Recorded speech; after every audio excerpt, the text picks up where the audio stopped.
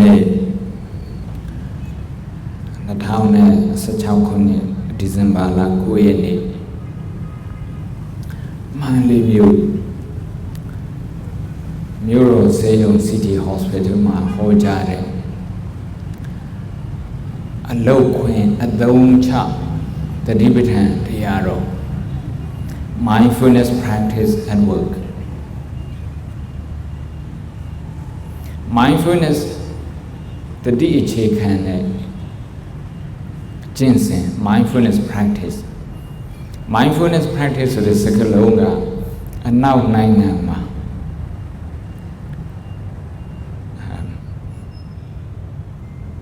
မိုးလိုပေါက်နေပြီဒီလိုပြောမှတင်တယ်မိုးလိုပေါက်နေရာတိုင်းမှာရှိအင်္ဂလိပ်စကားပြောတာတော့ booming လို့ပြောတာနေရာတိုင်းမှာအလုပ်ခွင်ဟာရိတ်တာထဲမှာပဲအရင်တော့ကျင့်ကြံနိုင်တဲ့ကျင့်သုံးနိုင်တဲ့တတိပဋ္ဌာန်ဝိပဿနာတရားတော်ပြမစုတရားတော်အဲ့ဒီဟာတွေကိုလူတွေလွယ်လွယ်ကူကူနားလည်နိုင်တဲ့နည်းနဲ့ဆရာတော်ကြီးရောဗုဒ္ဓဘာသာပညာရှင်အရှိတအနောက်တန်းဗုဒ္ဓဘာသာပညာရှင်တွေရောနောက်ပြီးတော့ကျမ်းမာရေးနဲ့ပတ်သက်တဲ့သိပ္ပံပညာရှင်တွေကျမ်းမာရေးနဲ့ပတ်သက်တာက clinical psychologist တို့GP တို့ general practitioner နောက်ပြီးတော့ neurologist တို့တို့တွေဒီသတိပဋ္ဌာန်အခြေခံတဲ့စိတ်ဖြစ်စီးမှုကိုလျှော့ချနေဒီနည်းကိုတို့သူတွေနာပြုတယ်သူတွေနာပြုတဲ့အတိုင်းနေ့စဉ်ဘဝမှာအသုံးချတယ်ဗုဒ္ဓဘာသာမဟုတ်တဲ့လူနာတွေအပေါ်မှာလည်းပဲလူနာတွေကိုလည်းပဲသူတွေနာစမ်းသပ်ပြီးတော့လုပ်ကြည့်တယ် Mindfulness based stress reduction MBSR Mindfulness based stress reduction Mindfulnessကတတိ based ကအခြေခံတာ stress စိတ်ဖိစီးမှု reduction လျှော့ချတာဒါကအမှန်ကိုကျဲပြန့်အနောက်နိုင်ငံမှာလူဒီပညာရှင်တွေနဲ့ကျမ်းမာရေးလုပ်ငန်းနဲ့ပတ်သက်တဲ့လူတွေကြားထဲမှာကျဲပြန့်သိနေတဲ့စကားလုံးဖြစ်ပါတယ်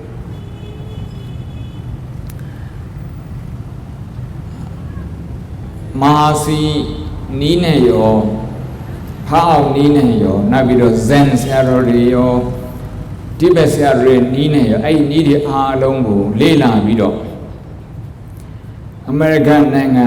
Massachusetts Institute of Technology MIT တကယ်နာမည်ကြီးတဲ့သူမှာ1990ကျော်လောက်စပြီးတော့သူတွေနာလုပ်ခဲ့တဲ့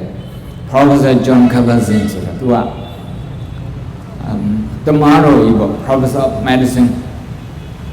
တမတော်ကြီးသူကနေပြီးတော့စတင်လိုက်တဲ့ Mindfulness based stress reduction MBCT အဲ့ဒီ MBCT ကနေပြီးတော့ပြန်ပွားလာတဲ့အများကြီးပဲအင်္ဂလန်နဲ့Oxford နဲ့ Cambridge တက္ကသိုလ်က clinical psychologist တွေပေါင်းပြီးတော့သူတို့ကိုယ်တိုင်တရားလည်းထိုင်နေတရားထိုင်ပြီးတော့စိတ်တက်ကြတဲ့လူနာတွေကိုလက်တွေ့သူတွေနာလုပ်ကြည့်တယ်လုပ်ကြည့်ပြီးတော့အောင်မြင်လာတယ်သူတို့ရဲ့ဤကိုတော့သူတို့က MBCT Mindfulness based cognitive therapy ဒါ therapy တစ်မျိုးပဲအဲ့ဒီလိုသူစိတ်ဓာနုပဒနာကိုစိတ်ဓာနုပဒနာတွေကကျင့်စဉ်ဒီ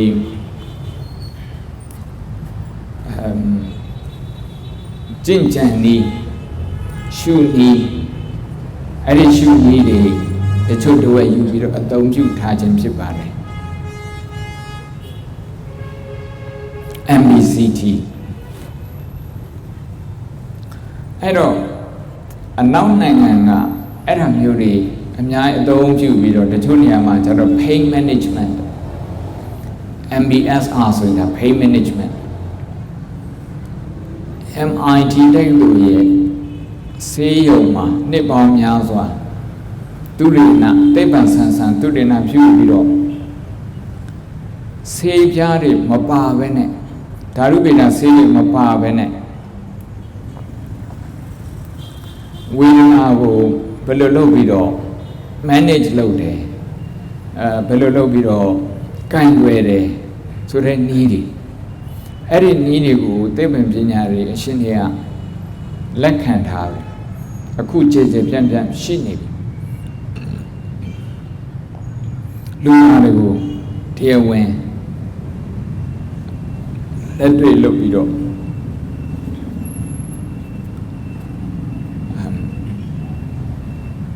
အသုံးပြုတဲ့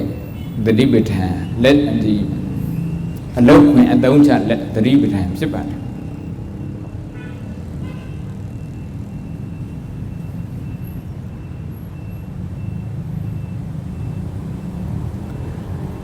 အဲ့ဒီသတိပဋ္ဌာန်တွေသူတို့ရဲ့အလုပ်ခွင်မှာလက်တွေ့အသုံးချသတိပဋ္ဌာန်ကျင့်စဉ်ကဘာကောင်းတော့ဆိုတော့ဗုဒ္ဓဘာသာဝင်မဟုတ်တဲ့လူတွေကိုသူတို့ကသွားပြီးတော့ဒီသူရိနာလောက်တာလူနာတွေပေါ့လူနာတို့သူရိနာလောက်တာ MBCT ဆိုရင် depression ဖြစ်ပြီးတော့စိတ်ဓာတ်ကျပြီးတော့ antidepressant စိတ်ဓာတ်ကျယောဂဆေးပြားတောက်သုံးနေရတဲ့လူနာတွေအဲ့လူနာတွေကိုသူရိနာလောက်တယ် MBS ဟန်ကြတော့ chronic pain ဆိုတာနာတာရှိဝေဒနာနာတာရှိဝေဒနာခံစားနေရတဲ့လူတွေကိုလက်တွေ့သူရိနာလောက်ပြီးတော့စေသိပ္ပံကလက်ခံလာတဲ့သတိပဋ္ဌာန်တရားတော်အဲ့တော့ဘာဘုံဘုံကဒါတွေကြည့်ပြီးတော့ဒါတွေဖတ်ပြီးတော့2600နှစ်ပေါင်း2600ကဒီတရားတော်တွေကိုဟောကြားထားတဲ့မြတ်စွာဘုရားကိုကြီးညိုလိုက်တာ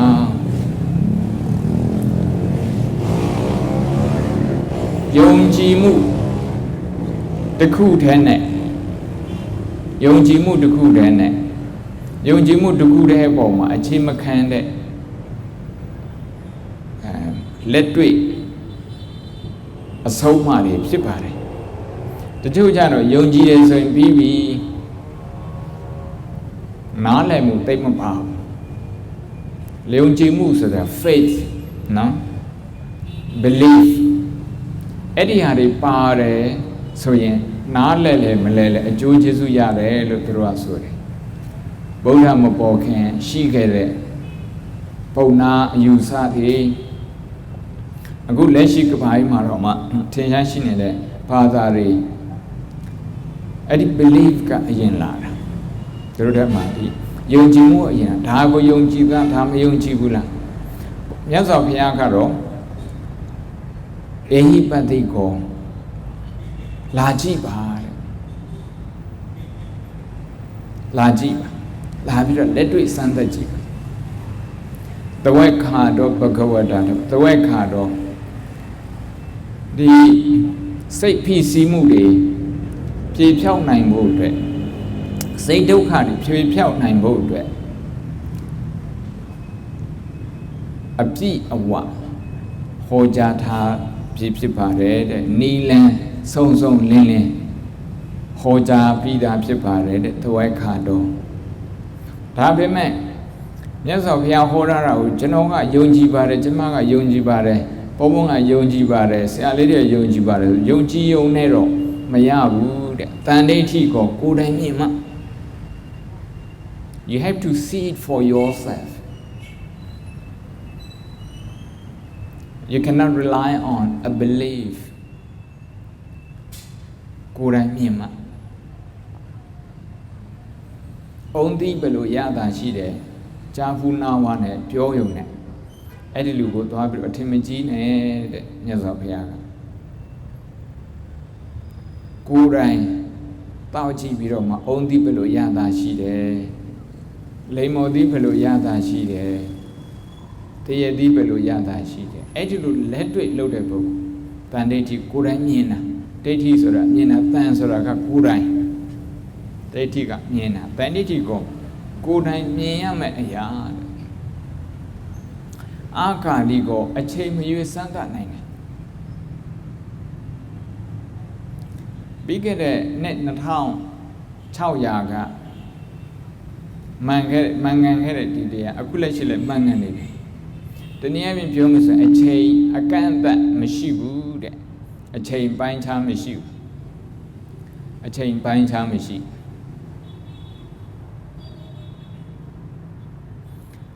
See the way as a supermarket map, PC the way as a TPCT Sadoka. Penny so in the Dankomi is by a daily partner. Yes, of Yai Tiano, I do aspire daily Mopao. Aka Ligo. But Tama, you are the two of your Burma, your Martina Sham, and Tudia, your mat. Osa Sham, and Tadia, your Matia Sham.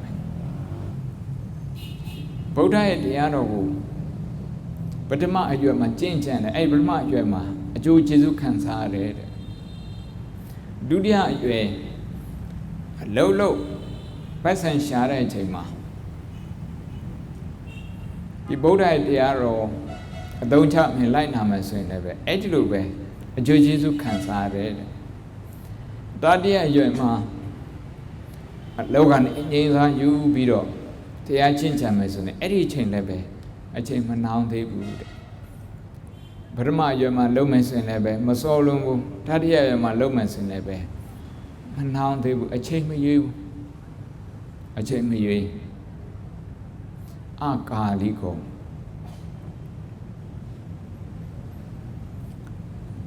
Beyond time, but beyond the validity of time.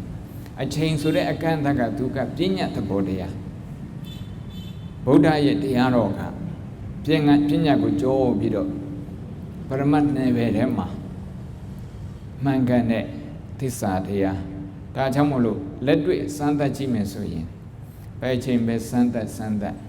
Come on, he never did Diago, a dome you meso never. I don't be a Bogoma, say Chanda, Yare, say PC Mudan. Yo, Nedware. A man in a lebe. I don't charm so ye. I don't char a Bogoma, Joe Jesu Kansar. Oba ne yiko, Mimi net about he, Toya, there's on Toame.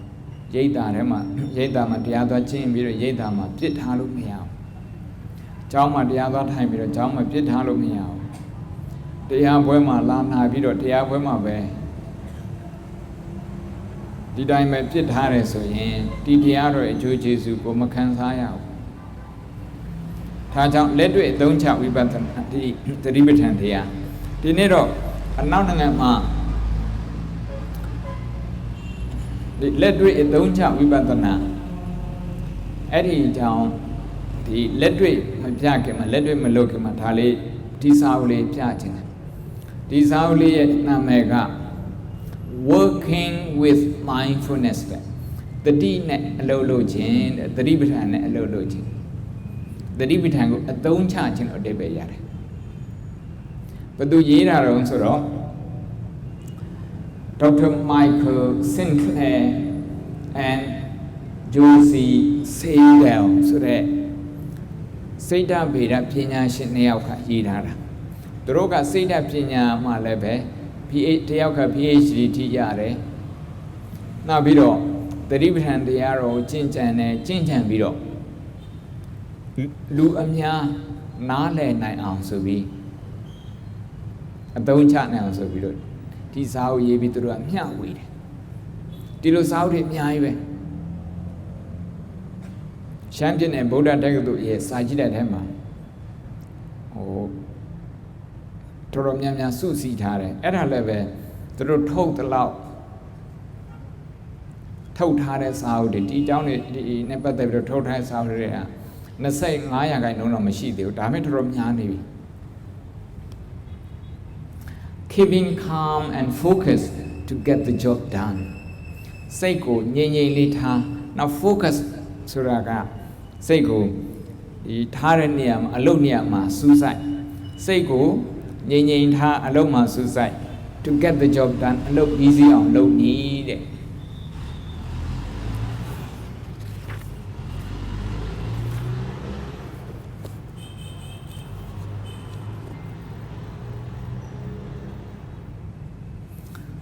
ဒါနောက်ဆုံး2016ခုနှစ်စာအုပ်ဖြစ်ပါတယ်အင်္ဂလန်ကရေးရပါပထမဆုံး content ကဘာလို့ဆိုတော့ using mindfulness at work အလုပ်မှာသတိပဋ္ဌာန်အသုံးပြုတာကိုယ်စီမှာသတိပဋ္ဌာန်တရားတွေအများကြီးပဲဒါပေမဲ့ဒီသတိပဋ္ဌာန်တရားတွေကိုကိုကရိတ်တာထဲမှာပဲထားပြီးတော့အလုပ်ခွင်သင်မလာအောင်ဆိုရင်အလုပ်ခွင်ကလူတွေစိတ်ဖိစီးမှုဖြစ်လို့အလောက်ခဏအနားယူရအလောက်ဒီခွင့်ယူရတယ်အလောက်မှလည်းပဲ productivity ဆိုတာဒီလုပ်ရည်ကန်ရည်ကြာသွားတာမျိုးတွေအဲ့ဒါမျိုးတွေရှိအနောက်နိုင်ငံကဒါကို product တစ်ခုထုတ်ကုန်ပစ္စည်းတစ်ခုအနေနဲ့ထုတ်ပြီးတော့ကိုယ့်စီပြန်ရောင်းရင်ပြန်ဝယ်ရလိမ့်မယ် import ပစ္စည်းပြန်ဖြစ်လိမ့်မယ်သွင်းကုန်ပစ္စည်းပြန်ဖြစ်မယ်ဒါကြောင့်သတိထားဖို့ဒါဘုံဘုံတို့စီကနေပြီးတော့နိုင်ငံခြားကိုရောက်သွားတဲ့တရားယတနာအဲ့ဒီတရားယတနာကိုနိုင်ငံခြားနေပြီးတော့ commercial value နဲ့ဒီစီးပွားရေးတန်ဖိုးတွက်ချက်ပြီးတော့သွင်းကုန်တွေနဲ့ပြန်သွင်းမယ်ဆိုရင်ကိုအနစ်နာကြီးနစ်နာလိမ့်မယ်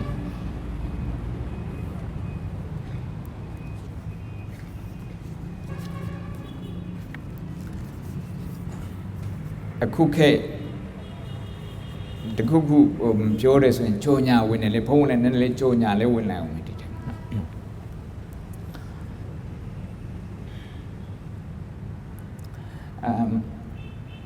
စာမျက်နှာ၄မှာ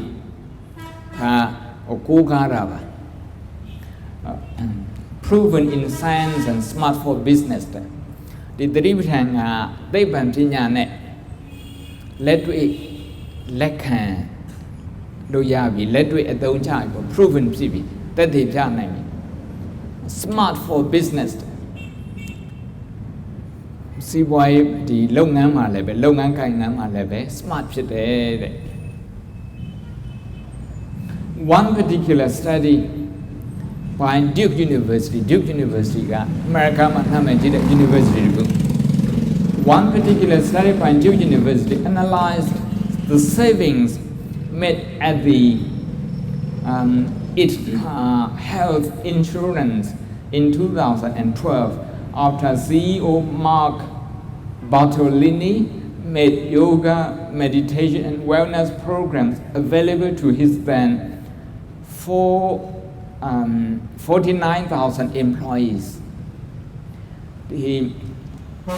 American company တခုမှာAmerica American company တခုအဲ့ company ရဲ့နာမည်က Aetna AETNA နော် Aetna Health Insurance ကျန်းမာရေး American company တခုမှာဝန်ထမ်းပေါင်း4,900ရှိတယ်အဲ့4,900အတွက်အလုပ်ရှင်တွေကသူတို့အလုပ်လုပ်တဲ့နေရာမှာလုပ်ငန်းခွင်မှာဗာလေးလုပ်ထားတော့ဆိုတော့တရားထိုင်တဲ့နေရာဒါကစိတ်ကိုစိတ်ကျန်းမာရေးအတွက်နောက် wellness program ဆိုတာကခန္ဓာကိုယ်ကျန်းမာအောင်ဒါ gym လို့ပါလို့လုပ်ပေးတာစိတ်ကျန်းမာရေးနဲ့ခန္ဓာကိုယ်ကျန်းမာရေးအဲ့ဒီလိုသူတို့လုပ်ပေးတယ်တဲ့လုပ်ပေးပြီးတော့ဘာတွေ့တယ်တော့ saving company ကပိုက်ဆံအများကြီးချွေတရရောက်သွားတယ် saving တွေအများကြီးလုပ်လိုက်တယ်ဘယ်နေရာမှာလုပ်တော့စက်ဖတ် At that time 3,500 employees signed up for mindfulness and yoga program yoga တော့ခန္ဓာကိုယ်အတွက်ပေါ့အဲ့ဒါတော့ဒီအိန္ဒိယနိုင်ငံဟိန္ဒူဘာသာနေပြီးတော့လာတဲ့ဟာစံဃာ yoga ဘာလို့ဆိုအခုလက်ရှိဟိန္ဒူဘာသာဆက်ကိုသူကစိုးသေးတယ် meditation ကတော့ဒါသတိပဋ္ဌာန်တရားနေလာတဲ့ဟာ This is already quite impressive လူတော်များများ3500ဆိုတော့ဒါတော်တော်ထင်ကြီးစရာဖြစ်နေတယ် just because the livelihood of our grannies and granddads ever having even heard of these things at our age would have been highly unlikely တို့ရဲ့အဖိုးအဖွားတွေလက်ထက်ကမကြားခဲ့ဘူးတဲ့ဟာတွေပေါ့နော်ဒါကြောင့်မို့လို့ဝန်ထမ်း4,000 9,000တန်းနေပြီးတော့3,500ဒီ program ကို join လုပ်တာဒါကိုတော်တော်လေးအထင်ကြီးစရာဖြစ်နေပြီပေါ့အားရစရာကောင်းတယ် However more remarkable still is that overall it was found that there was 7% drop in healthcare cost and among those participating in the mindfulness program there was a 36% decrease in perceived stress levels and an increase of 62 minutes of productivity each week အကျိုးကျေးဇူးကဘာလို့ဆိုတော့ဒီလူနာတွေမဟုတ်ဒီ staff တွေကိုကျေးဇူးဆောင်ရှောက်ရတဲ့ကျန်းမာရေးကုန်ကျစရိတ်ခါတဲ့900ခိုင်နှုန်းရောကြသွားတယ်တဲ့နောက်ပြီးတော့စိတ်ဖိစီးမှုဒဏ်က36ရာခိုင်နှုန်းရောကြသွားတယ်နောက်ပြီးတော့တစ်ပတ်မှာတယောက်ကို62မိနစ်ဒီ productivity ပို့ပြီးတော့တက်လာတယ်သူတို့ကတော့အစအရာအဲ့ဒီလိုသူတွေနာလောက်တဲ့လူတွေတနားလောက်အားပို့တိုးတယ်လို့ပြောတာပေါ့လောက်တဲ့အချိန်ကတော့တူတူပဲဒါပေမဲ့ပြီးစီးတဲ့လုပ်ငန်းအလုပ်ကိုကြည့်မယ်ဆိုရင်အလုပ်တနားပို့လောက်တာနဲ့တူတယ်တဲ့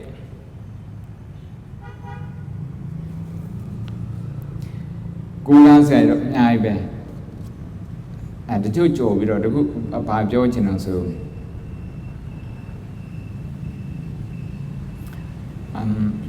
Green Mountain Coffee ဆိုတာရှိတယ်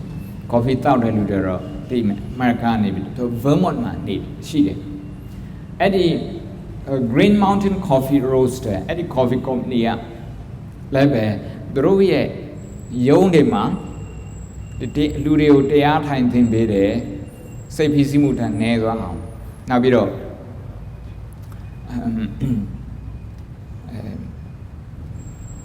လူတွေအဲ့လိုတရားထိုင်ဖို့အတွက်လည်းပဲဒီအခန်းတွေလုပ်ပြီး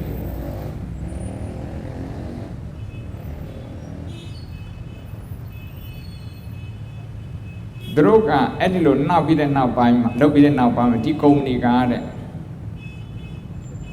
quarter ဆိုတာ3လစာပေါ့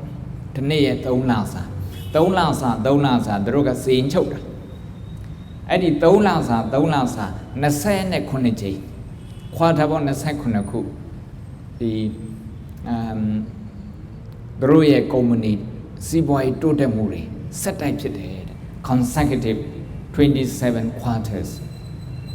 now eBay တာလူတိုင်းသိနေတယ် eBay ဆိုတာ internet ပေါ်မှာပစ္စည်းရောင်းတဲ့ company now Huffington Post ဒါ online ပေါ်မှာနာမည်ကြီးတဲ့သတင်းစာသူတို့လည်းပဲ eBay and Huffington Post ensure that mindfulness meditation rooms are available on site for their employee across all their offices ဒီ eBay နဲ့ Huffington Post ကလည်းပဲသူတို့ရဲ့ဒီရုံးတိုင်းမှာတရားထိုင်ဖို့နေရာလေးထားတယ် Transport for London TFL ဒါလန်ဒန်မြို့ကိုလန်ဒန်မြို့ရဲ့ဒီတရုတ်ပို့ဆောင်ရေးယထာမြေအောက်ယထာရောမြေပေါ်ယထာရောနောက်ဘတ်စကားတွေရောလူပေါင်းအများကြီးပဲသူတို့မှာ employee အများကြီး introduce mindfulness training to its workforce as part of its stress management strategy following a review in 2003 which highlighted that mental health difficulties were one of the most significant health problems affecting its employees သူရဲ့ဝန်ထမ်းတွေရဲ့ကျန်းမာရေးကိုစစ်ဆေးတဲ့အခါမှာအဓိကကျန်းမာရေးပြဿနာတစ်ခုကတော့စိတ်ဖိစီးမှုပါပဲတဲ့အဲ့ဒါကြောင့်သူတို့လည်းပဲstress management program ဒီသတိပဋ္ဌာန်ကိုအခြေခံတဲ့သတိပဋ္ဌာန်ဆိုတာတော့အများများမဟုတ်ဘူးသူတို့အသုံးပြုတာအများကြီးလေ့လာဖို့လည်းသူတို့ကဒီ resources တွေမရှိဘူးဒါပေမဲ့သူတို့လေ့လာတော့သူတို့လက်တွေ့လုပ်ငန်းခွင်မှာအသုံးပြုသလောက်ဆိုရင်ဒီလန်ဒန်တေယိုပို့ဆောင်ရေးလုပ်ငန်းတွေဘယ်လိုတွေ့တော့ဆိုတော့Transport for London reported that absenteeism caused by stress, anxiety, and depression dropped by 71%. စိတ်ဖိစီးမှုတန်သောကတန်စိတ်ဓာတ်ကျယောဂဒီသုံးခုကြောင့်အလုတ်ပြတ်တဲ့ဝန်ထမ်းတွေတဲ့80%ရာခိုင်နှုန်းကျသွားတယ်။ရာခိုင်နှုန်းက85%ရာခိုင်နှုန်းနည်းသွားတယ်81%ရာခိုင်နှုန်းနည်းသွားတယ်အလုတ်သိမ့်မဖြစ်တော့သူက24ရာခိုင်24နာရီလုံးဘတ်စကားတွေရှိတာဟုတ်24ဒီ shift ဒီ morning shift တို့ afternoon shift တို့ night shift တို့အဲ့လို shift 3ခုနဲ့လုပ်တဲ့လူတွေဆိုတော့ညအိပ်ရေးဖြစ်တဲ့လူဆိုရင်ဒါကျန်းမာရေးရသူထိခိုက်နေတာ84% of participants said they are relating to others better အဲ့ဒီ program တွေထဲမှာဒီတရားထိုင်တဲ့ program တွေဝင်တဲ့လူတွေကတော့သူတို့ကဘာပြောဆိုတော့84ရာခိုင်နှုန်းတက်ရောက်တဲ့လူ84ရာခိုင်နှုန်းကျင့်ကြံတဲ့လူ80ရာခိုင်နှုန်းဘာပြောဆိုတော့လုပ်ဖို့ကင်ဘက်တွေနဲ့စကားပြောရတာဆက်ဆံရတာပိုကောင်းလာတယ်စိတ်ဖိစီးမှုတန်ဖြစ်လာတယ်ဆိုရင်အလိုလိုနေနဲ့သူကစိတ်ဖိစီးမှုတန်ကြောင့်စိတ်တွေဒိုးလွယ်တယ်တပည့်သားပြောတာကိုကိုကသိနားမထောင်ချင်ဘူးကိုပြောတဲ့ခါမှလည်းပဲချိုးသားတာမရှိဘူးစိတ်ရှိနဲ့မရှင်းပြတတ်ဘူးမေတ္တာနဲ့မရှင်းပြတတ်ဘူးကိုချင်းစာမှုတွေနည်းသွားတယ်အဲ့ဒီဟာမျိုးတွေရှိတယ်ဆိုရင်တရက်လေးမဟုတ်နေ့ရက်လေးမဟုတ်ဆိုရင်အလုပ်လုပ်တဲ့နေရာမှာ team work ကလေသူကထိခိုက်သွားတယ် team work ထိခိုက်သွားတယ်အဲ့တော့ stress များတယ်ဆိုရင် stress များတယ်စိတ်ဖိစီးမှုတန်ရှိတဲ့ဘောလုံးသမားတွေဆိုရင်လည်းအဲ့ဘောလုံးခံရတဲ့အချိန်မှာသူတို့ကတယောက်နဲ့တယောက်ဆက်ဆံမှုအပေးယူတိတ်မကောင်းတော့ဘူးအဲ့လိုစိတ်ဖိစီးမှုတန်တိတ်များနေတဲ့ manager ဆိုရင်လည်းပဲသူ့ရဲ့ဘောလုံးသမားတွေနဲ့ဆက်ဆံရတာသူကခြေတင်တိတ်မကောင်းတော့ဘူး manager ဆိုရင်သူ့အောက်ကလက်အောင်ငယ်သားအဲ့လိုဆက်ဆံတာတွေတိတ်မကောင်းတော့အဲ့ဒီလိုဖြစ်တယ်ဆိုရင်တဲ့အလုပ်ထိခိုက်တယ်တဲ့ဒီလန်ဒန်တေယိုပို့ဆောင်ရေးရပဲဘာထပ်ပြောတော့ဆိုတော့82% increase the amount of exercise they did အဲ့ဒီတရားလာထိုင်ပြီးတော့နောက်ပိုင်းမှာတို့ကတော့9ပတ်10ပတ်လောက်9ပတ်10ပတ်ဆိုတာကတစ်ပတ်ကို2နာရီအဲ့ဒီဆရာနဲ့လာပြီးတော့ကျင့်နှာဖြင့်အိမ်မှာဒီနေ့ကို2နာရီကျင့်တာမျိုးအဲ့ဒီလိုစုပေါင်း10ပတ်လောက်9ပတ်10ပတ်လောက်အဲ့ဒီလိုလုပ်ကြတယ်အဲ့ဒီလိုလုပ်ပြီးတဲ့နောက်ပိုင်းမှာ89ရာခိုင်နှုန်းကသူတို့ကဆက်လက်ပြီးတော့ကျင့်နေတဲ့ရိတ်တာမှာကျင့်ပြီးတော့အိမ်ပြောင်းတဲ့အခါမှာဒီတိုင်းလုံမပါနဲ့ပါသွားတာမျိုးမဟုတ်ဘူးအိမ်မှာဒီလိုဆက်ပြီးတော့ကျင့်ကြတယ်ပေါ့အခုနောက်တစ်ခုပါလေပြောချင်တော့ဆိုတော့ 4% improve their sleeping pattern following the mindfulness training they receive 54ရာခိုင်နှုန်းကတော့တဲ့အိပ်ရေးပိုကောင်းလာတယ်တဲ့အိပ်ဆေးတွေသိမတောက်ရအောင်အိပ်ဆေးသိမတောက်ဆရာဝန်ကြီးတွေကိုယ်တိုင်အိပ်ဆေးတောက်ရတယ်ဘယ်လိုလုပ်တော့ဟုတ်တယ်မလားအိပ်ဆေးဒီတနေ့နေ့အတွင်းမှာအလုံးဟိုနဲ့ဆေးပညာရှင်တွေသိကြတဲ့အတိုင်းအိပ်ဆေးများများတောက်တယ်ဆိုရင် memory ထိခိုက်တယ်မှတ်ဉာဏ်ထိခိုက်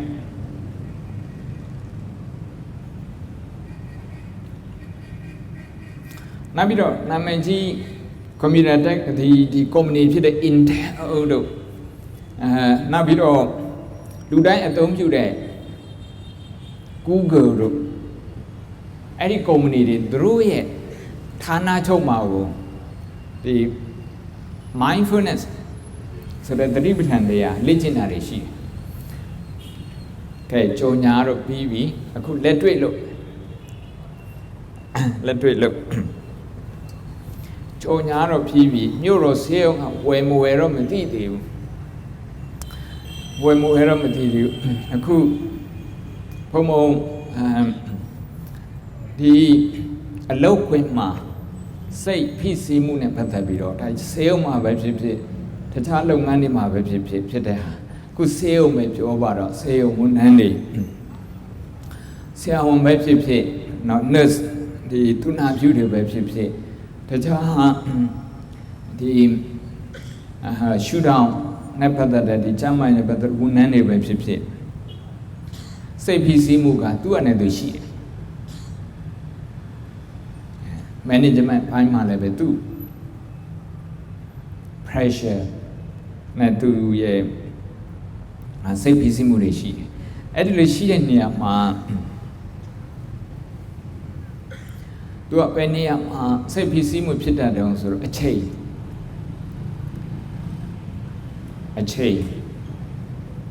ဆရာဝန်ကလူနာတွေများလို့လူနာတစ်ယောက်ကို10မိနစ်ပဲကြည့်နိုင်တယ်9မိနစ်ပဲအချိန်ပေးနေဆိုဒီဆရာဝန်ကအရန်စိတ်ဖိစီးမှုတွေများတယ်နောက်ပြီးတော့ long hours working ဒီလူနာတွေကိုကြည့်ရတဲ့အချိန်ကလည်းများတဲ့ခါကျတော့ stress တွေများတယ်စိတ်ဖိစီးမှုတွေများတယ်သူနာပြုတွေလည်းဒီတိုင်းပဲအုပ်ချုပ်ရေးပိုင်းဒီစီမံခန့်ခွဲမှုပိုင်းတွေဒီတိုင်းပဲအလုပ်ချိန်ကြီးများတယ်ဆိုရင်ခန္ဓာကိုယ်ကသူ့ရဲ့အတိုင်းတာရှိတယ်ဆိုတော့သူကပြသလာအဲ့တော့အချိန်နဲ့ပတ်သက်ပြီးတော့စိတ်ဖိစီးမှုတွေဖြစ်တယ်အလုပ်စောရအောင်သွားမယ်နိုးဆက်တွေနဲ့ထားပြီးတော့ခါရဲသွားတယ်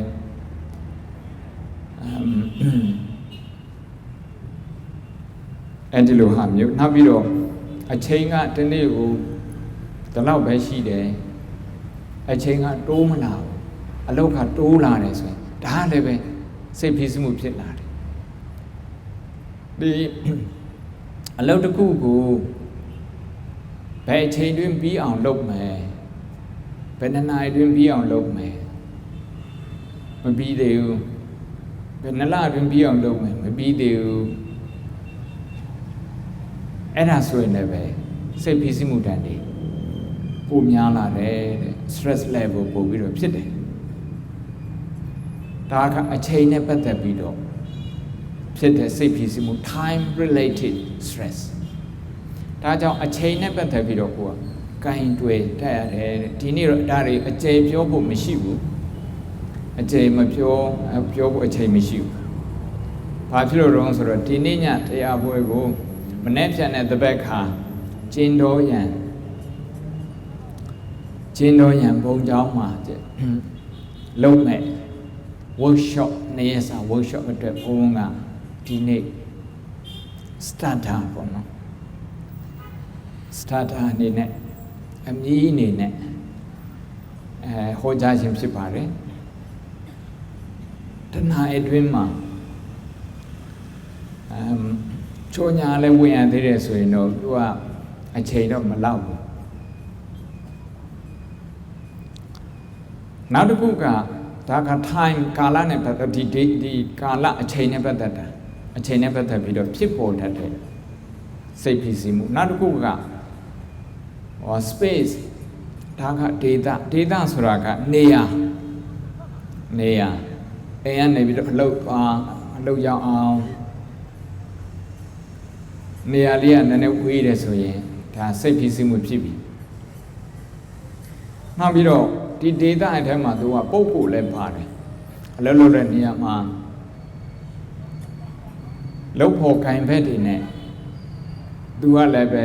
စိတ်ဖြစ်စီမှုရှိကိုယ်လည်းစိတ်ဖြစ်စီမှုရှိအဲ့ဒီလိုဖြစ်ပြီးတော့စကားပြောတာသိပြီးတော့တယောက်နဲ့တယောက်အဆင်မပြေဘူးနားမလဲဘူးဆိုရင်သူက emotion အရာဝေးသွားတယ်ဒါလည်း data တစ်မျိုးပဲလူ2ယောက်ရဲ့ဂျားထဲမှာလူ3ယောက်ဂျားထဲမှာဒီလုပ်ဖို့ခံဘက်တွေရဲ့ဂျားထဲမှာစိတ်ခူတာလေးတွေစိတ်ညှို့ညင်တာလေးတွေမပြောဘဲမှရှိလာတယ်ဆိုရင်လူချင်းသာနီးတာစိတ်ကဝေးသွားတယ်အဲ့ဒီလိုစိတ်ဝေးအချင်းချင်းစိတ်ဝေးတဲ့လူတွေနဲ့အလွတ်လွတ်ရတယ်ဆိုရင်လည်းစိတ်ဖိစီးမှုတန်းသူများပါတယ်တဲ့ဒါတွေကတော့ time and space ကာလနဲ့ data ကိုအတိတ်ပဲဖွင့်ဆိုနေတာစိတ်ဖိစီးမှုနဲ့ပတ်သက်ပြီးတော့ကာလ data ကဘယ်လိုစိတ်ဖိစီးမှုကိုဖြစ်စေတော့အဲ့တော့ဒါနဲ့ပတ်သက်ပြီးတော့စိတ်ဖိစီးမှုဖြစ်လာတယ်ဆိုရင်အလုပ်ခွင်မှာစိတ်ဖြစ်လာရင်ပထမဆုံးလိုအပ်တာတော့စိတ်နဲ့ခန္ဓာကိုယ်နဲ့အတူတူရှိဖို့ဘာပြောတာတော့စိတ်နဲ့ခန္ဓာကိုယ်အတူတူရှိလို့အလုပ်လုပ်နိုင်တာပဲဒီလိုပြောတယ်မဟုတ်ဘူးစိတ်ကတခြားသွားခန္ဓာကိုယ်ကတခြားသွားအဲ့ဒါမျိုးတွေရှိစိတ်ကတခြားရောက်နေတယ်ခန္ဓာကိုယ်တော့ဒီမှာရှိနေတယ်တလန်းစီသွားတာတလန်းနဲ့မသွားဘူးအဲ့ဒီလိုဖြစ်တယ်ဆိုရင်လည်းပဲတဲ့ mind and body relationship ကမကောင်းဘူးခန္ဓာကိုယ်နဲ့စိတ်နဲ့ဆက်ဆံရေးကမကောင်းအတူတူမရှိဘူးအတူတူမရှိတော့စိတ်ဖိစီးမှုတန်ပိုများပါတယ်ဒါကြောင့်တရားထိုင်တဲ့အခါမှာဝိပဿနာထိုင်တာပဲဖြစ်ဖြစ်သမထထိုင်တာပဲဖြစ်ဖြစ်စိတ်နဲ့ခန္ဓာကိုယ်နဲ့အလုပ်တစ်ခုတည်းလုပ်အောင်အဲ့ဒီလေ့ကျင့်ခန်းကိုပထမဆုံးလုပ်ခိုင်းတယ်ခန္ဓာကိုယ်နဲ့စိတ်နဲ့အလုပ်တစ်ခုတည်းလုပ်အောင်ထွက်သက်ဝင်သက်ရှူတယ်ဆိုရင်စိတ်ကလည်းဒီမှာနေရတယ်ခန္ဓာကိုယ်လည်းဒီမှာနေရတယ်စိတ်ရဲ့ energy ခန္ဓာကိုယ်ရဲ့ energy တနေရာတိုင်းမှာ focus လုပ်တာတနေရာတိုင်းမှာစုတာဒါကြောင့်ဝင်လေရှူပြီးတော့စိတ်ကိုလည်းပဲအဲ့ဒီနှာသီးဖြားမှာထားတယ်ဆိုရင်စိတ်နဲ့ခန္ဓာကိုယ်နဲ့အတူတူအလုံးလုံးတတ်အောင်သင်တန်းပေးနေတာတဲ့ဒီလိုနားလည်အောင်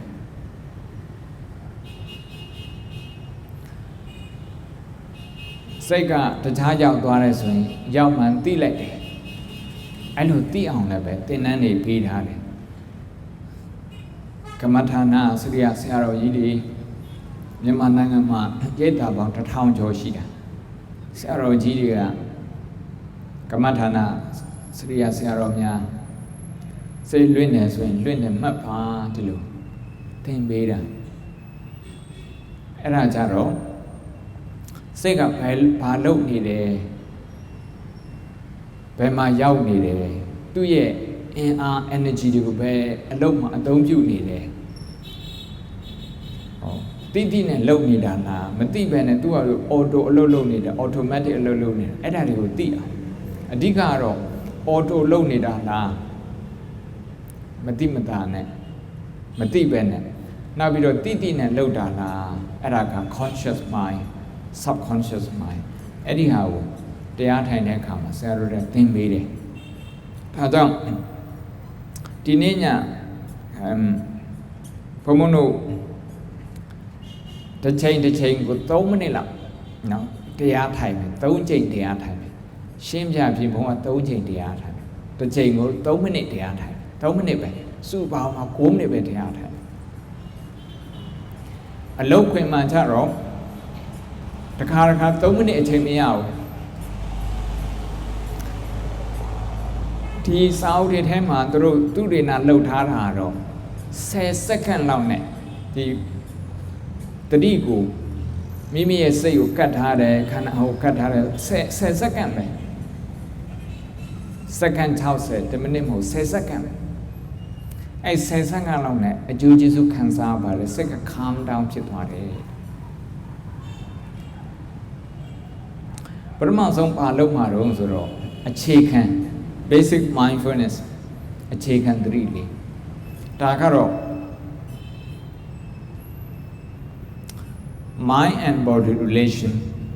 စိတ်နဲ့ခန္ဓာကိုယ်နဲ့ဆက်သွယ်မှုရှိစေဖို့ဒါကြောင့်ထွက်တဲ့ဝင်သက်ကြည့်မယ်ထွက်တဲ့ဝင်သက်ကို slow and deep breathing now slow and deep breathing ဖြည်းဖြည်းသာသာရှူရှိုက်မယ်အသက်ကိုဖြည်းဖြည်းသာသာရှူရှိုက်မယ်ရှူရှိုက်တဲ့အခါမှာခန္ဓာကိုယ်ကတနေ့ကုန်အလုတ်ထားလို့ပင်ပန်းနေတယ်ဆိုရင်ပင်ပန်းနေတဲ့ခန္ဓာကိုယ်ကိုအတိလေးနဲ့ကတ်ထားပင်ပန်းနေတာကိုသွားပြီးတော့ရံမဖြစ်နဲ့ရံမဖြစ်စေဘူးရံမဖြစ်မိစေဘူးရံဖြစ်တယ်ဆိုတာ fighting လုပ်တာပင်ပန်းနေတဲ့မိမိခန္ဓာကိုယ်မသိစိတ်ကသွားပြီးတော့ fight လုပ်နေတာသွားပြီးတော့ရံဖြစ်နေတာဘယ်လိုလုပ်သိတော့ရံဖြစ်နေတာဒီမေးစီတွေကတင်းနေတယ်မေးစီတွေတင်းနေတယ်နောက်ပြီးတော့ပါးဖြစ်နေတယ်တင်းနေတယ်တင်းလို့တင်းမှမသိဘူးဘုံဘုံခြေထောက်ချိုးပြီးတော့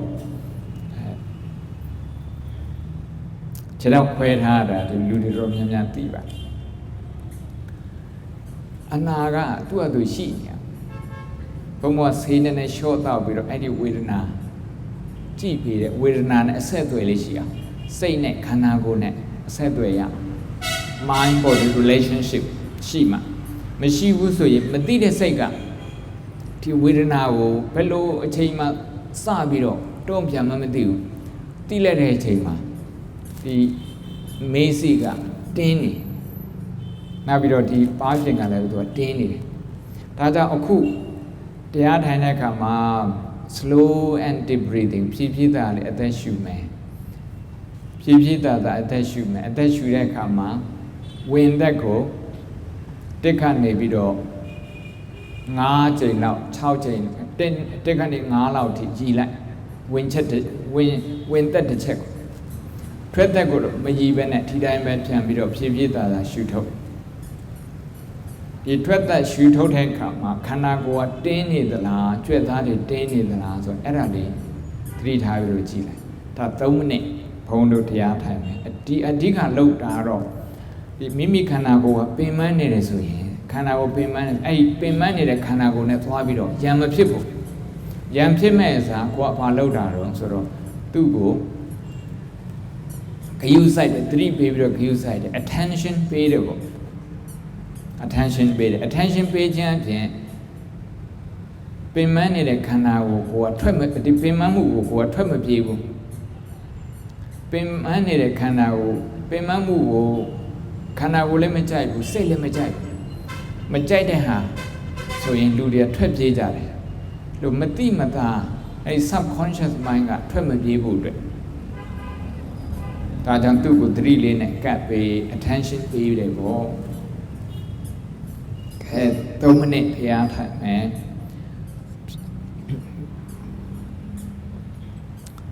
ညလွန်အသားလေးချထားပြီးတော့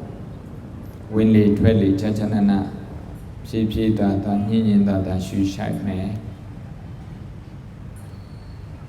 ဝင်လေကိုတစ်ကနေ9အထိကြီးတွက်ပါဝင်လေတစ်ချက်ကိုတစ်ကနေ9အထိထွက်လေကိုတော့ညင်ညင်သာသာရှူထုတ်ပြီးတော့အဲ့ဒီအချိန်မှာမျက်နှာကကြွက်သားတွေတင်းနေသလားနှာဘူးကကြွက်သားတွေတင်းနေသလား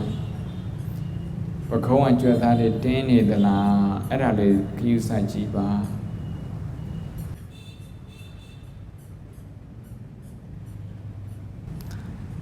တင်းနေတဲ့ကြွက်သားလေးနဲ့ရံမဖြစ်နဲ့ခယုနာလေးနဲ့ကြည့်ပြီးတတိလေးနဲ့ကပ်ပြီးပင်မနေတဲ့ရင်သွေးကိုမိခင်ကကြည့်တဲ့အကြည့်မျိုးနဲ့ကြည့်ပေးပါဝင်လေတဲ့နေ3 4 5ထွက်လေပင်မနေတဲ့ခန္ဓာကိုယ်ခယုနာအတိနဲ့ကြည့်ပေးပါ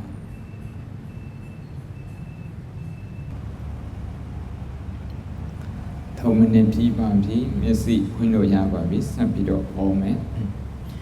ဒီ exercise လုပ်ခြင်းအဖြစ်ပါတွေ့တော့ဆိုတော့ခန္ဓာကိုယ်မှာတင်းနေတယ်ဆိုရင်ဒါခန္ဓာကိုယ်ပင်ပန်းနေတယ်အဲပင်ပန်းတာလေးကိုစိတ်ကအတိမတ်ပြုရမယ်လက်ခံတယ် acceptance လက်ခံတယ်လက်မခံဘူးဆိုရင်မတိစိတ်ကသူ့သွားပြီးတော့တွန်းခံနေတယ် resist လုပ်တယ်ပေါ့ resist လုပ်တဲ့နေရာမှာစိတ်က energy တွေအင်အားတွေအများကြီးသုံးကြတယ်အဲ့ဒီမှာသွားပြီးတော့အင်အားတွေသုံးတယ်ဆိုရင်အင်အားဖြုံးရရောက်တယ်တတိအသုံးပြုပြီးတော့ပင်ပန်းမှုကိုလက်ခံခြင်းအဖြစ်အင်အားကိုဒီချွေတာရရောက်ပါတယ် you save your energy နောက်တစ်ခုကတော့ဒီစိတ်ဖြစ်စည်းမှုကို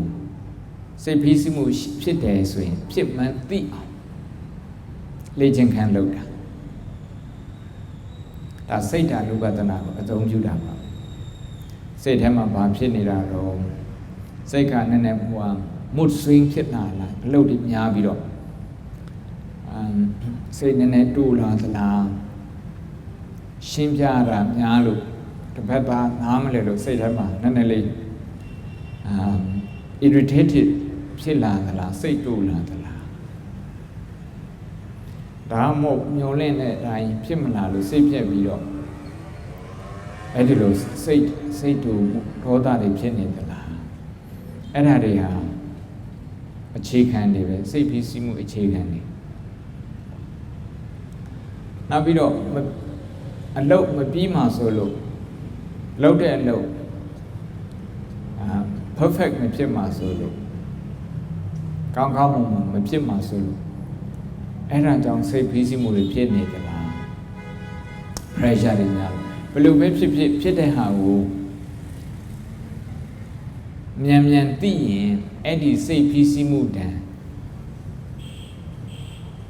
သူကရှေ့မတိုးတော့ဘူးတဲ့အဲ့ဒီအသိလေးနဲ့ကို manage လုပ်နိုင်တယ်ကိုင်တွယ်နိုင်တယ်ဗုဒ္ဓတရားတော်ကအသိနဲ့နေရာတိုင်းမှာ manage လုပ်တာမဉ္ဇဉ်ဆိုတာလည်းအသိပဲဉာဏ်ဆိုတာအသိဖို့ဉာဏ်ဆိုတာလည်းအသိပဲဝိပဿနာဉာဏ်အဲ့ဒါလည်းအသိပဲအကောင်လုံးအသိတယ်အသိနဲ့ manage လုပ်တာစိုက်ခုံဥဒ္ဒပါတိမျက်စိပွင့်နဲ့ဘာဘယ်လိုပွင့်တာတော့ဉာဏဥဒ္ဒပါတိအဲ့ဒါလည်းအသိပဲပညာဥဒ္ဒပါပညာလည်းအသိပဲဝိဇ္ဇာဥဒ္ဒပါတိဝိဇ္ဇာအသိပဲအာလောဘဥဒ္ဒပါတိအလင်းအောင်ဖြစ်တယ်အသိနဲ့အလင်းအောင်ဖြစ်တယ်အဲ့ဒါကြောင့်မိမိမှာစိတ်ဖိစီးမှုဖြစ်နေတယ်ကိုကမသိဘူးဆိုရင်အဲ့ဒီချိန်မှာကိုကအမှောင်ထဲမှာရောက်နေတာဆရာဝန်ကြီးတွေဆရာဝန်လေးတွေသူနာပြုကြီးတွေသူနာပြုလေးတွေမိမိမှာစိတ်ဖိစီးမှုတန်ဖြစ်နေတယ်အဲ့ဒီချိန်မှာဖြစ်တာကိုကိုကမသိဘူးဆိုရင်အမှောင်ထဲမှာသိတယ်ဆိုရင်တော့အာလောဘောဥဒ္ဒပါတိမြတ်စွာဘုရားရဲ့ခြေရာဝလိုက်ပြီးတော့အမှောင်ထဲမှာဒီအလင်းထဲမှာရောက်နေတယ်တဲ့အလင်းကတော့ဒီဘုဇင်9ပါးပြည့်စုံတယ်ဆိုတဲ့အခါကျအဲ့ဒါကတော့တကယ်လင်းတာပေါ့အခုတော့မှောင်တစ်ချက်လင်းတစ်ချက်ဟုတ်တယ်မလားမှောင်တစ်ချက်လင်းတစ်ချက်ဟိုတစ်ချက်လင်းနေဆိုရင်လည်းဒါမဆိုးသေးဘူးပုံမှန်ဒီခြေထောက်ခွဲထားတော့ဒီကဖြစ်တဲ့အနာလေးကိုလေလျှော့ပြီးတော့ဒီဆေးလျှော့ပြီးတော့ဆေးလျှော့တော့ပြီးဒီဝေဒနာကြည့်တဲ့အခါမှာတခါစိတ်ကပြန့်လွင့်သွားပြီးတော့အလုတ်ချောင်းသွားတွေးတယ်ဆိုရင်ဒီဝေဒနာကိုမသိစိတ်ကတုံ့ပြန်တဲ့ဟာသူ့ကသူပေါ်လာတယ်သူ့ကသူဖြစ်လာတယ်အဲ့အချိန်မှာအမှောင်ထဲရောက်သွားတော့အဲ့လိုမဟုတ်ဘဲနဲ့ဒီဝေဒနာကိုကကြည်ထားတယ်ကြည်နေတဲ့အချိန်မှာဆိုရင်ခန္ဓာကိုယ်လည်းပဲ relax ဖြစ်တယ် အကျော်တွေလည်းပြည့်တယ်ပေါ့သူ့လည်းပဲသွားပြီးတော့ဒေါသမဖြစ်ဘူးသွားမထိုက်ကဒီဝေဒနာသွားရမ်းမစားတော့စိတ်ဝင်စားစရာကောင်းတယ်ဒါကြောင့်နောက်ထပ်3မိနစ်တရားထိုင်မယ်ဒီတရားထိုင်တဲ့ဟာတော့ဒီနေ့အလုပ်လုပ်တဲ့အထိုင်မှာမိမိရဲ့လုပ်ငန်းခွင်ထဲမှာစိတ်ဖိစီးမှုတန်ဘယ်လိုရှိခဲ့တော့ဒီနေ့မရှိဘူးဆိုမနေ့ကဘယ်လိုရှိခဲ့ဘယ်လိုစိုးရိမ်မှုတွေရှိတော့ဘယ်လိုစိုးရိမ်မှုတွေရှိတော့ဘယ်လိုစိတ်ထဲမှာစနှောင်စနင်းတွေဖြစ်တော့စိတ်ထဲမှာမကျေနပ်တယ်ဘာတွေရှိတော့အဲ့ဒီဟာတွေပြန်တွေးပြီးတော့အဲ့ဒီဟာတွေကိုအတိမတ်ပြုလိုက်လက်ခံလိုက်SCPC မှုတန်ကိုမိမိရဲ့တူဒီသောရင်သွေးအလားအချိန်ပေးပါသူ့ကိုအချိန်ပေးပါသူ့ကိုအတိမတ်ပြုပါ give time to your stress embrace your stress don't run away from your stress don't fight with your stress instead pay attention use compassion and pay attention to your stress အဲ့ဒီစိတ်ဖိစီးမှုတန်ကိုဂယုဏနဲ့ကြည်ပေးပါစိတ်ဖိစီးမှုတန်အမှန်တန်များနေတဲ့ရင်သွေးလေးကိုမိခင်ကဘယ်လိုမျက်စိနဲ့ကြည့်တော့ဆိုတော့ဂယုဏမျက်စိနဲ့ကြည့်တယ်အချိန်ပေးတယ်give the attention to yourself your attention to yourself ကိုယ့်ကိုအချိန်ပြန်ပေးပါအလုံးလုံးတဲ့အချိန်ဆိုအနည်းဆုံး10စက္ကန့်ပေးပါဒီအချိန်မှာ mood swing ကတော့ဖြစ်နေပြီဒီအချိန်မှာဒီလို auto emotion တွေဖြစ်နေပြီဒီအချိန်မှာ auto reaction တွေဖြစ်နေဆိုအဲ့ဒါလေးကို10စက္ကန့်တော့ပေးပါအခုတနားလုံးတရားထိုင်ခိုင်းတာမဟုတ်ဘူးတနားလုံးတရား10စက္ကန့်ပဲအလုပ်တွင်းမှာနောက်အလုပ်ကဘာတွေကြံသေးတော့အခုကအလုပ်ပြီးခဲ့တဲ့ဟာနောက်တစ်ခုကနောက်စိတ်ဖိစီးမှုတစ်ခုကဘာအလုပ်တွေကြံသေးတော့ကြံနေတဲ့အလုပ်တွေနဲ့ပတ်သက်ပြီးတော့လည်းစိတ်ဖိစီးမှုတွေဖြစ်တယ်အဲကြံနေတဲ့အလုပ်တွေကိုပြန်စဉ်းစားပြီးတော့ဖြစ်ပေါ်လာတဲ့စိတ်ဖိစီးမှုကိုဒါစိတ်ဖိစီးမှုပဲဆိုပြီးတော့ဝင်လေထွက်လေချမ်းချမ်းနာရှူရှိုက်ပြီးအဲစိတ်ဖိစီးမှုကိုလက်ခံပါတဲ့မိမိကိုဂယုဏဖြစ်ပါအဲစိတ်ဖိစီးမှုကိုရန်သူလို့မမြင်ပါနဲ့ရန်သူလို့မမြင်နဲ့အဲစိတ်ဖိစီးမှုကသူက message ပဲတို့အလုပ်လုပ်တာစိတ်ထားတာတွေ့ခန္ဓာကိုယ်အင်အားဘလို့အသုံးပြုနေတာစိတ်ဓာတ်အင်အားဘလောက်အသုံးပြုနေတာအဲ့ဒီဟာလေးကိုသူရဲ့ level ပဲချိန်ရောက်နေတယ်ဆိုတဲ့ဟာကိုဒီ stress ကလာပြီးတော့ message ပေးနေတာ indicator လေးတစ်ခုပေါ့သူ message ပေးနေတာဒါကြောင့်နောက်ထပ်3မိနစ်တရားထိုင်မယ်ဝင်နေထွက်လေကြာကြာနာရှူရှိုက်ပါပြီးတော့ဒီနေ့လုပ်ပြီးတဲ့အလုပ်တွေထဲမှာစိတ်ဖိစီးမှုပြန်ပြီးတော့ရှာစိတ်ဖိစီးမှုနဲ့ပြန်ပြီးတော့ဆက်သွယ်စိတ်ဖိစီးမှုကိုဂယုဏအတိနဲ့ပြန်ကြည့်ပါတူဒီတော့မိခင်ကစိတ်ဖိစီးမှုအောက်ရောက်နေတဲ့ရင်သွေးလေးကိုကြည့်တဲ့အကြည့်မျိုး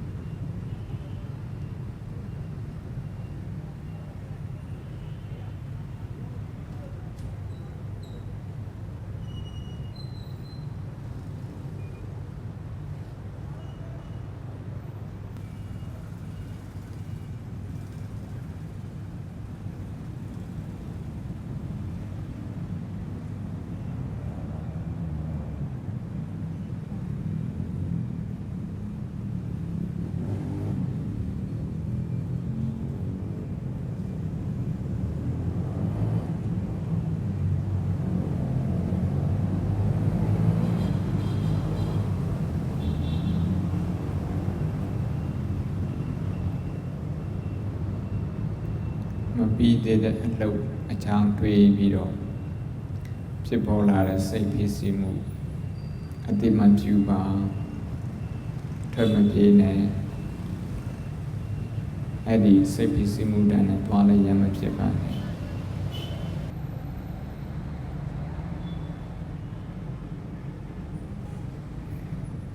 ကဲအချိန်စီပါပြီနောက်ဆုံးအစီအစဉ်ဒါကတော့အမြင်နဲ့ပတ်သက်ပါတယ်အမြင်မှန်ဖို့အမြင်မှန်တဲ့ခါကျမှစိတ်ဖိစီးမှုတန်နဲပါလိမ့်မယ်အလုံးမှာစိတ်ဖိစီးမှုတန်အလုံးလုံးတယ်ဆိုတာတယောက်တည်းနဲ့ကိစ္စပြီးတဲ့အလုပ်ကအမှန်ရှားပါတယ်အမှန်ရှားပါတယ်ကိုတယောက်တည်းလုပ်တဲ့အလုပ်တော့မှတယောက်တည်းနဲ့ပြီးတဲ့ကိစ္စဆိုတာမရှိဘူးဥပမာ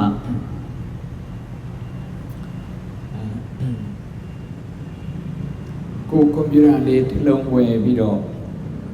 အင်တာနက်နဲ့အလုပ်တွေလုပ်တယ်ဆိုတော့ဒါတယောက်တည်းအလုပ်လုပ်တယ်ဝန်ထမ်းလည်းမရှိဘူးအခုလည်းမထားဘူးကိုယ့်အကိုလုပ်တယ်ဒါပေမဲ့ဒီပုဂ္ဂိုလ်ကကွန်ပျူတာဒီတွင်နဲ့ဒီတွင်ပေးတဲ့ပုဂ္ဂိုလ်ရှိရမယ်အဲကွန်ပျူတာကိုဒီတွင်နဲ့နိုင်ငံနေပြီးတော့ဒီနိုင်ငံရောက်အောင်တည်ယူပို့ဆောင်ပေးတဲ့ပုဂ္ဂိုလ်တွေရှိရမယ်သူများတွေနဲ့ဆက်ဆက်နေဒါကြောင့်မြတ်စွာဘုရားကယဟန်တော်တွေကိုနေ့စဉ်စဉ်းစားဖို့အတွက်ဗာလေးမိန့်ထားတော့ဆိုတော့ပရပฏิပတ်တာမေစီဝိတာငါရဲ့အသက်ကအများနဲ့ငါရဲ့ဘဝကအများနဲ့ပတ်သက်ပါတယ် isolate မလုပ်ဘူးကိုယ့်အကိုတယောက်တည်းရှိတယ်တယောက်တည်းပဲနေတယ်တယောက်တည်းပဲနေလို့ရတယ်တစ်ဘက်ကလည်းမြတ်စွာဘုရားတယောက်တည်းနေတတ်အောင်သင်ပေးတာအဲ့လိုတယောက်တည်းနေပြီးတော့ငါရဲ့ဘဝကသူများနဲ့မပတ်သက်တော့ဘူးအဲ့ဒီလိုသူကတွေးမိမှာဆိုလို့တွေးမိတယ်ဆိုရင်ကိုယ်ကပဲစိတ်ဖိစီးမှုတန်နေများလာမယ်ဥပမာလူနာတယောက်ကယောဂဖြစ်တယ်ဆိုတော့ဒီယောဂဖြစ်တာငါတယောက်တည်းပဲရှိတယ်ငါခံဆိုးလိုက်တာအဲ့ဒီလိုသွားတွေးမိတယ်ဆိုရင်သူ့ရဲ့ဒီ emotion ရဲ့ isolation ဖြစ်သွားပြီတယောက်တည်းဖြစ်သွားပြီအားငယ်သွားတယ်ဟာဒီလှုပ်တော့ငါပဲလှုပ်ရတယ်တခြားဘယ်သူမှမလှုပ်တော့ဆိုတော့တခြားလူတွေနဲ့ဆက်ဆက်ပြီးတော့မတွေးတတ်ဘူးအဲ့ဒီလိုသွားတွေးမိတယ်ဆိုရင်လည်းပဲဒါအတွေးမှားတာဒါကြောင့် coexistence အညမညသဘောတရားတို့သဟစာရသဘောတရားတို့ပဋ္ဌာန်းသဘောတရားအရာပြောမယ်ဆိုရင် coexistence ပေါ့ဒီအကြောင်းနဲ့အကျိုးမိပြီးတော့နေတယ်ဒါလည်းပရိစ္ဆသမုပ္ပါပရိစ္ဆသမုပ္ပါနဲ့ပဋ္ဌာန်းအကျယ်သိကျင်တယ်ဆိုရင်တော့ကျေးဇူးရှင်ဘာချုပ်ဆရာတော်ဘုရားဘာမောက္ခချုပ်ဆရာတော်ဘုရားရဲ့တရားအကျဉ်းချင်းနာကြအခုတော့ဒီနေ့တော့ဘုန်းကဘာပြောချင်တာတော့ဆိုတော့ interdependence တယောက်ပေါ်တယောက်မိတီးပြီးတော့နေကြတယ်မန္တလေးမြို့ပေါ်မှာဘုန်းတစ်ပါးတစ်ပဲနေရမယ်တခြားလူတွေဘယ်သူမှမနေဘူးတခြားကိုပြောင်းသွားမယ်ဆိုရင်ဘုန်းလည်းမနေရဘူးဆုံးခံစားလို့လည်းမရဘူး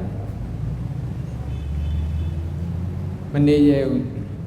လူတွေလည်းပဲဒီလိုတယောက်တည်းပဲနေရမယ်ဆိုအဲ့လူလည်းပဲတစေကြောက်တာလည်းမနေရဘူးတစေကြောက်မြင်ရတဲ့တစေမမြင်ရတဲ့တစေအကုန်ကြောက်မနေရဘူးလူနဲ့နေပြီးတော့မှလူနဲ့နေတတ်ဘူးဆိုရင်ဒါဒုက္ခပဲခုလေးတဲ့ဆေးဝါးကြီးကိုမေးကြည့်တဲ့မြို့လိုဆေးဝါးမှာဝန်ထမ်းဘယ်လောက်ရှိတော့ဆိုတာမနေဘူးပဲ600နီးပါးလောက်ရှိတာ600ပေါင်းနေရှိဒီ600ဝန်ထမ်းတွေအားလုံးကတူးကိုတူးမိခိုးနေတာတူးကိုတူးမိခိုးနေတာ coexistence တူးရဲ့ performance ကတခြားတူးပေါ်မှာသူကတဲ့အောင်မှုရှိတယ်တယောက်ရဲ့စိတ်ဖိစီးမှုကတခြားတယောက်ပေါ်မှာသူကတဲ့အောင်မှုရှိတယ်အဲ့ဒီလိုတဲ့အောင်မှုရှိတဲ့အောင်မှုရှိတယ်ဆိုတော့ကိုယ်စိတ်ထဲမှာနှလုံးသွင်းထားမယ်အဲ့ဒီလိုနှလုံးသွင်းမထားပဲနဲ့ငါမငါကိုဒီလို လုပ်တယ်ဆိုရင်စိတ်ဖိစီးမှုတန်ကများတဲ့များအောင်မရှိပါနဲ့ဒါကြောင့် interrelatedness လုပ်ဖို့ခိုင်ဖက်တယ်နဲ့အချင်းချင်းဒီ emotion အရာဆက်နွယ်ဖို့ဆိုတယ်ဆက်ဆက်မှုရှိဖို့ connected ဖြစ်ဖို့အရေးကြီးပါတယ် connected မဖြစ်ဘူးအတူတူတော့လုပ်နေတယ် emotion အရာတကဘာစီဖြစ်နေတယ်ဆိုရင်စိတ်ဖိစီးမှုတန်ပိုများပါတယ်ဒီလိုဆေးရုံကြီးတွေမှာကျွမ်းကျင်တဲ့ပညာရှင်တွေလည်းပဲပိုပြီးတော့များရတယ်သူနာပြုတွေလည်းပိုပြီးတော့လိုအပ်တယ်အဲ့ဒီလိုများတဲ့ခါကျမှအလုပ်ကလဲပတ်တာလူနာတွေကိုစောင့်ရှောက်တဲ့နေရာမှာသူကအဆင်ပြေတာဆရာဝန်တွေလည်းတူးနဲ့တူးဒီလိုပဲမိခိုးတယ်သူနာပြုလည်းတူးနဲ့တူးဒီလိုပဲမိခိုးတယ်သူနာပြုနဲ့ဆရာဝန်တွေလည်းဒီလိုပဲချင်းချင်းမိခိုးနေတယ်ဒီအုပ်ချုပ်ရေးပိုင်းနဲ့ဒီကုသပိုင်းနဲ့ဒီလိုပဲချင်းချင်းမိခိုးနေတယ်အကုန်လုံးမိခိုးကြတယ်လူနာနဲ့ဆရာဝန်နဲ့အချင်းချင်းမိခိုးလူနာနဲ့ဆေးရုံနဲ့ချင်းချင်းမိခိုးဒီလိုချင်းချင်းမိခိုးနေတယ်ဒီလိုအချင်းချင်းမိခိုးနေတဲ့နေရာမှာလက်တွေ့မှာမိခိုးနေရပါနဲ့စိတ်ကဒီတယောက်နဲ့တယောက်connection မရှိဘူး emotion အရာစိတ်ခံစားမှုအရာဆက်သွယ်မှုမရှိဘူးဆိုရင်လည်းပဲစိတ်ဖိစီးမှုတဲ့အလိုလိုနေရင်သူဖြစ်လာတယ်တဲ့ tension ရှိတယ်ပေါ့အလိုလိုနေတဲ့ tension တွေဖြစ်တယ်ဒါကြောင့်မို့လို့ဒီနောက်ထပ်3မိနစ်ကဘာလုပ်မှာတော့ဆိုဒီမိမိရဲ့ဘာမှမဆိုမိမိလုပ်တဲ့အလုပ်ကိုမိမိကပြန်ပြီးတော့ appreciate လုပ်ဖို့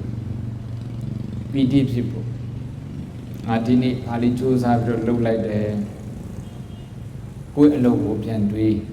ဒီနေ့လုပ်တဲ့အလုပ်ဒီအပတ်လုပ်တဲ့အလုပ်ဒီလလုပ်တဲ့အလုပ်တစ်ခုလေးပြန်ကြည့်ပြီးတော့ပြီးစီးသွားတဲ့အလုပ်မပြီးသေးတဲ့အလုပ်အဲ့ဒါတော့ခဏတော့ကတွေးပြီးပြီအခုပြီးသွားတဲ့အလုပ်တွေးပြီးစီးသွားလို့တွေးပြီးတော့ဘာလုပ်မှာတော့ဆိုပီတိဖြစ်မယ်တဲ့ဒါမိမိအတွက်နောက်ပြီးတော့မိမိလုပ်ဖို့ကင်ဖက်တွေအဲ့ဒါမှကြိုက်ရလူ2ယောက်3ယောက်တော့သူတို့ရဲ့လုပ်ငန်းပြီးစီးသွားတဲ့လုပ်ငန်းအရေးပါတဲ့လုပ်ငန်းအဲ့လုပ်ငန်းတွေတွေးပြီးတော့ပီတိဖြစ်ပါတဲ့ appreciate လုပ်ပါဒီလိုလုပ်တယ်ဆိုရင်အချင်းချင်း intrapersonal relationships အချင်းချင်းဒီအလုပ်ခွင်မှာဆက်ဆံမှုကလည်းကောင်းသွားမယ်အဲ့လိုဆက်ဆံမှုကောင်းသွားတယ်ဆိုရင်စိတ်ဖိစီးမှုတန်ကလည်းပဲနည်းသွားမယ်တဲ့ကဲ3မိနစ်ထပ်ပြီးတော့တရားထိုင်ဝင်လေထွက်လေချက်ချနနရှူရှိုက်ပါပြီးသွားတဲ့အလုပ်ရုံလုပ်ငန်းပဲဖြစ်ဖြစ်ကုသမှုလုပ်ငန်းပဲဖြစ်စီမံခန့်ခွဲမှုလုပ်ငန်းပဲဖြစ်ဖြစ်လုပ်ငန်းတွေမိမိကြရလုပ်ငန်းတွေးပြီးပီတိဖြစ်ပါဂုဏ်ယူပါမိမိအလုပ်ကိုဂုဏ်ယူပါဆေးရုံတစ်ခုလုံးရပ်တည်နိုင်အောင်ငါ့အလုပ်ကလည်းအရေးကြီးတာပဲဒီလိုစိတ်ထဲမှာသဘောထားကိုယ့်ကိုဂုဏ်ယူနောက်ပြီးလုပ်ဖို့ခိုင်ဘက်တဲ့အလုပ်ဂုဏ်ယူ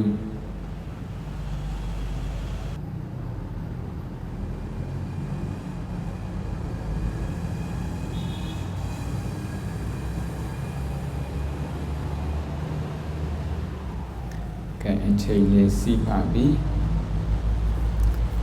ဒီနေ့ညတရားဟောဖို့အချိန်နဲ့စီးသွားပြီနေ့စဉ်ဘဝမှာအလောက်ခွင့်မှာအသုံးချသတိပဋ္ဌာန်တရား mindfulness practice and work တရားတော်ကိုနာကြားရပြီးတော့နေ့စဉ်လုပ်ငန်းခွင်မှာတတိပဋ္ဌာန်တရားအသုံးချနိုင်ကြပါစေအသုံးချပြီးတော့စိတ်ဖိစီးမှုတန်တွေနည်းကြပါစေစိတ်ဖိစီးမှုတန်တွေနည်းပြီးတော့လုပ်ဖို့ခံမဲ့တဲ့လည်းပဲမေတ္တာနဲ့ ပူးပေါင်းဆောင်ရွက်ပြီးလုပ်ငန်းခွင်မှာ job satisfaction လုပ်ငန်းခွင်မှာပျော်ရွှင်ကြပါစေလုပ်ငန်းခွင်မှာစိတ်ချမ်းသာမှုတွေရှိကြပါစေနောက်ဆုံးမှာတတိပဋ္ဌာန်တရားတော်ဖြင့်မဲ့ညာဘုံညာ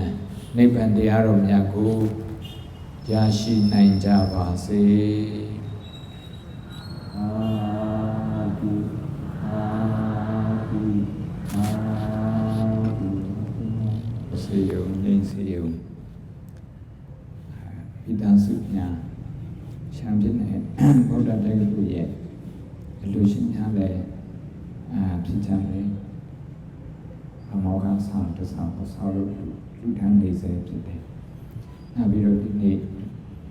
စုပေါင်းပြီးတော့ဖြစ်ဖြစ်တဲ့ကုသိုလ်တွေအားလုံးတရားဟောတဲ့ကုသိုလ်တရားနာတဲ့ကုသိုလ်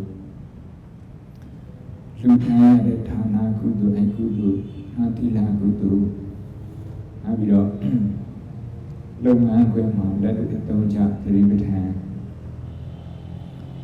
ဆိုတဲ့ဘာဝနာတရားဘာဝနာကုသိုလ်ကုသိုလ်ကောင်းမှုမြတ်ပေါင်းစုတို့ကိုစုပေါင်းပြီးညှပေးကြမယ်အားလုံးလိုက်စုချအရှင်ဘုရားပြီးတော်တို့သည်ယနေ့ယခုနိဗ္ဗာန်ကိုထောင်ထား၍အလောက်ခွင့်၌ဝိပဿနာတရားအာထုံနိုင်ရန်ကြည်တန်၍အရှင်ဘုရားကိုပင်ဖေ၍မြတ်စွာဘုရား၏တရားတော်မြတ်ကိုနာယူမှတ်သားပြီးပါ၏အရှင်ဘုရားပြုပြုသမျှကုသလကြောင့်တပည့်တော်တို့သည်ဒီနေ့ဒီနေ့အလောက်ခွင့်၌တတိပဋ္ဌာန်တရားကိုပြမစုတရားကိုလက်တွေ့အသုံးချနိုင်သူဖြစ်ပါစေသာအရှင်ဘုရားပြုပြုသမျှကုသလဤအဖို့ဘာကကိုယခုဘဝရှေရှေဘဝတောစัจจသောအမိအဘအဖို့အဖွာဆရာသမားစေမျိုးညာတကားအစထား၍30ဘုံချင်းလီကြခုံသောဝေနေယဒုခိတဒုခိတတတဝါအဖောင်းတို့အားအမြတ်အမြတ်ဧဝိငါပါ၏အမြတ်ရ၍ကိုယ်စိတ်နှပြချမ်းချမ်းမာမာချမ်းချမ်းသာသာရှိကြပါစေသောအားလုံးချမ်းချမ်းသာယူတော်မူကြပါကုန်သော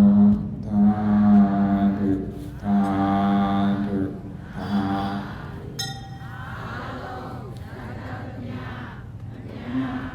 မြတ်မြတ်လောမူကြပါကုန်သောသာဓုသာဓုသာအားလုံးချမ်းချမ်းသာမြတ်မြတ်ယူတော်မူကြပါကုန်သောသာဓုသာဓုသာစီစဉ်အမတ်600ကန္နာကိုဗုဒ္ဓတာနမစီရန်တေတိလူလုံးကြီးစုစုဘုရားတော်ကြီးဒီလိုမျိုးစီစဉ်ဖြစ်ပါတယ်ဘုရားသန္တနံစေရံဒိဋ္ဌတုဘုရား